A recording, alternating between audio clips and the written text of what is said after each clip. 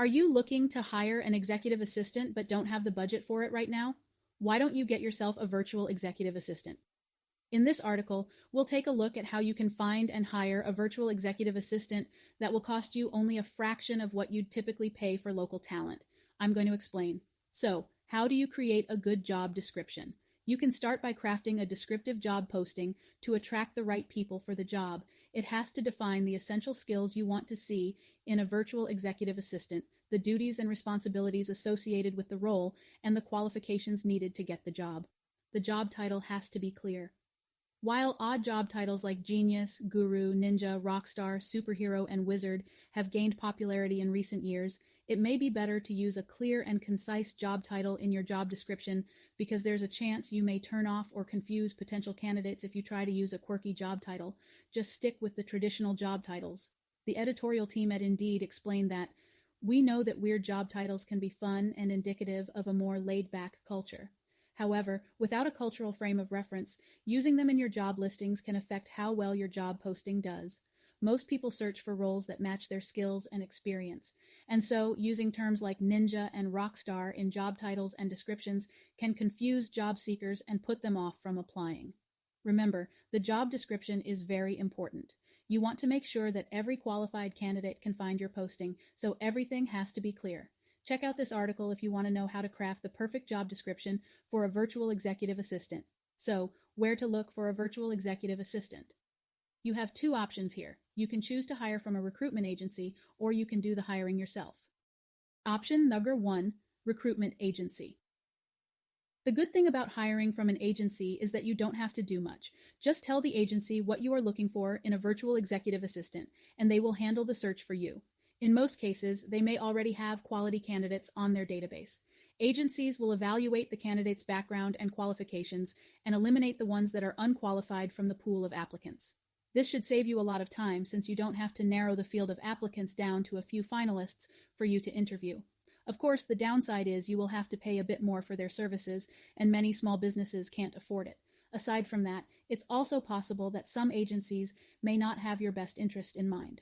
Rachel Craig said in an insightful article she wrote for Business 2 Community, driven by targets and sales, many recruitment consultants have a tendency to push inappropriate candidates onto their clients in the hope that they will simply fit. All too often, little attention is paid to whether the individual is the most ideal candidate. Rather, agencies focus on selling a good candidate from their database instead of taking the time to source the perfect candidate. And with the fees they charge, the perfect candidate is what you should get. Of course, not all recruitment agencies are like the ones mentioned above. There are a lot of good ones. Here's a list of some of the top virtual assistant companies today. Option number 2, direct hiring. Hiring a virtual executive assistant yourself can be time-consuming since you're going to be spending a lot of time scouting and vetting candidates. The good thing about doing it yourself is you can make sure that you get the best candidate available. You already have access to an enormous global talent pool online, so that shouldn't be a problem if you have the patience to sift through all those resumes. Doing the hiring yourself is also so much more affordable. It's even possible to find someone to fill the role for around $3 an hour. That's the average hourly rate for a virtual assistant in the Philippines, by the way. Of course, someone with years of experience will likely cost more. We prefer to hire from the Philippines because we have had a lot of success in hiring from there. Check out onlinejobs.ph if you've decided to go the DIY, do-it-yourself route. With over 500,000 resumes, the site has the largest database of Filipino virtual workers. So, how are we interviewing the virtual executive assistant candidates? Now it's time to set up an interview with the finalists. Interviewing someone who will be working remotely is slightly different from interviewing local applicants, especially when you're hiring someone from abroad.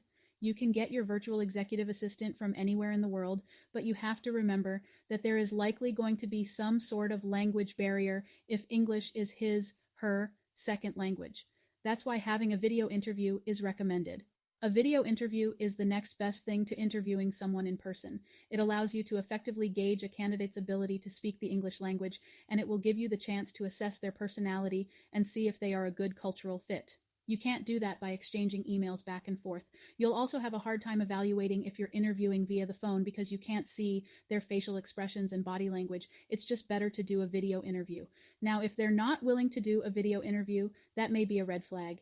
You have to make sure that the person you hire can speak English fluently, because if you're going to be interacting with your virtual executive assistant on a daily basis, there must not be any issues in communication.